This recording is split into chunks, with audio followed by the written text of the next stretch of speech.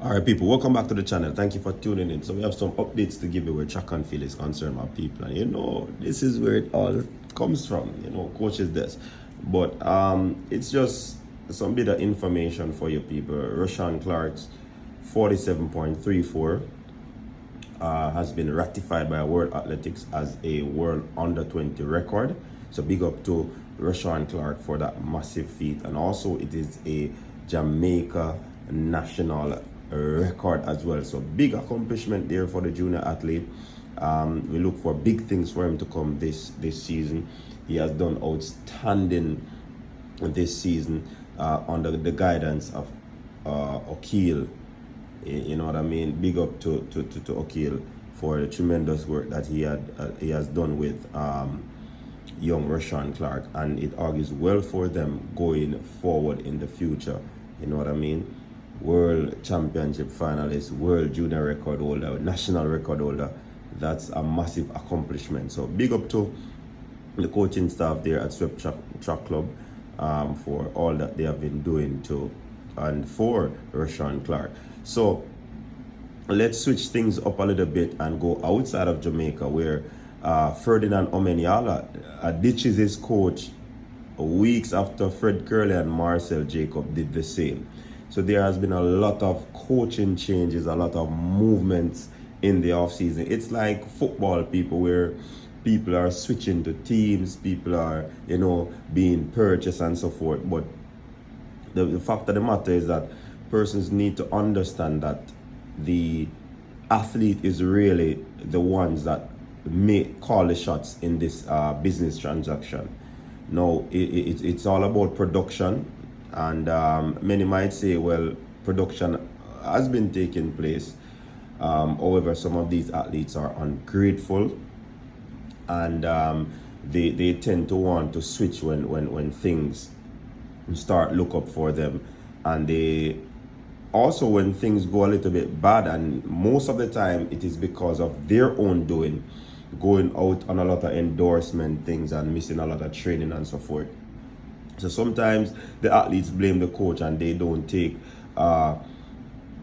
what you'd call it accountability for their action in that situation. So it is what it is, though. These athletes are in charge of their future. They want to switch coach whenever they feel like, and it is what they do at this present moment. So a lot of coach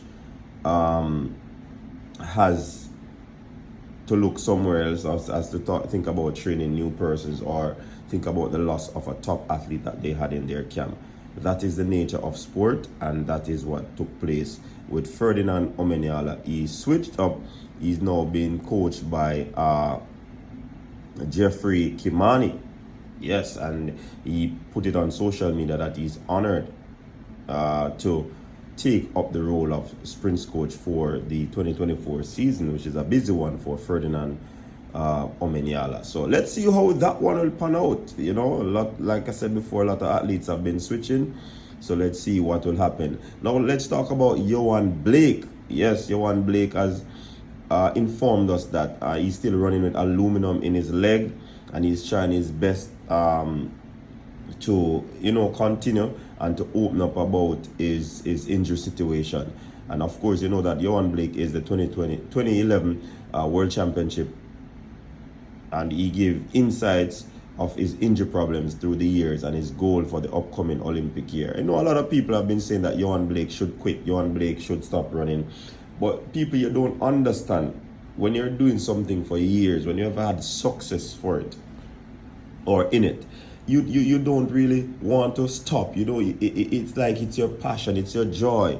And we can take a look at the Elaine Thompson situation. She could have quit for this season, but she pushed. She had that mental toughness to go through, despite of the late start to her season, despite of her injury concern, despite of what fans were saying. You know what I mean? Despite all the atrocities that she went through, she could have quit. Same thing with Yohan Blake.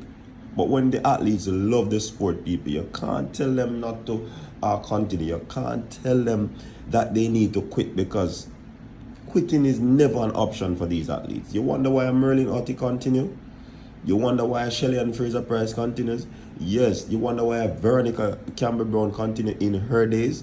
You wonder why Alison Felix continued. You wonder why what's his name, Justin Gatlin continue. People, these people love the sport. These people are passionate, and they can't help but to be involved in the sport. Yes, some of you might bring up a Usain Bolt, but Usain Bolt is an anomaly. You know what I mean? So you can't bring up your Usain Bolt in this situation. Yeah. So he definitely want to ensure that he continues his journey on his way to full recovery and do what he has to do. He said that he remember that race clearly in Glasgow when his muscle was frozen. It was literally cool and it popped. When I went to the doctor said I suffered from muscle spasm. He said in reflection, adding that some of his injuries were his own doing. You know, one of my biggest letdowns in life is I think I work too hard and I push myself too much. I don't know when it's time to rest. My body is really upset with me sometimes because I do not know when to rest. But don't regret any of what happened. It has made me strong, and as well as I'm here and I'm still running fast. So we have heard the story that Yohan Blake was told by Usain Bolt that he needs to chill out, he needs to take his rest, and people out there who believe that rest is not important. If you're an athlete, it is pretty much important. You can't take it for granted. You know what I mean? So definitely Yohan Blake set sights on getting to another Olympic Games. Let's see what will happen in the future and see how best he can maneuver and get on that team.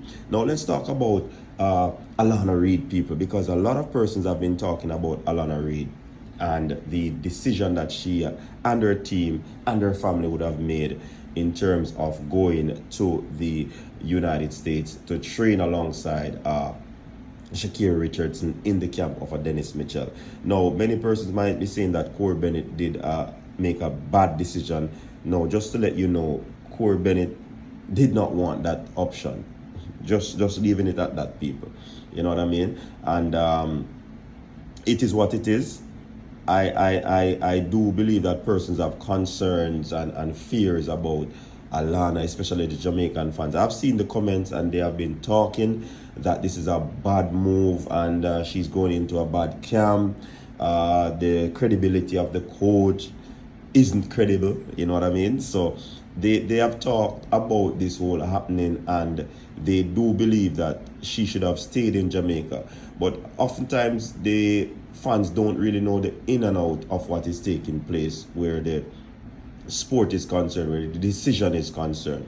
Of course, she has a Nike contract, so you want to ensure that she's coached by someone who has time, someone who is able to, you know, get her to the top. People talk about she's Jamaican and the American is not going to coach her to beat Shakira. Listen, if he coaches a Jamaican athlete like Alana to beat Shakira and Shakira comes second, that's more money for him. So why would you think that he want to put his integrity to the test by not allowing the Jamaican to win if she's a top athlete? Come on, people. We have to be better than that. And I just say, I do believe it is time for us to see, or time will tell if the decision is a good or bad decision. Let's not jump the gun and speak about it, because there are a lot of things that cause athletes not to perform, and it's not because they go to America, or it's not because they stay in Jamaica. Let's put that out there. So I want you to watch and see what will transpire with the Alana Reid in her development as she go forward in this game. Your thoughts in the comment section. Do you agree? Do you disagree? Until next time.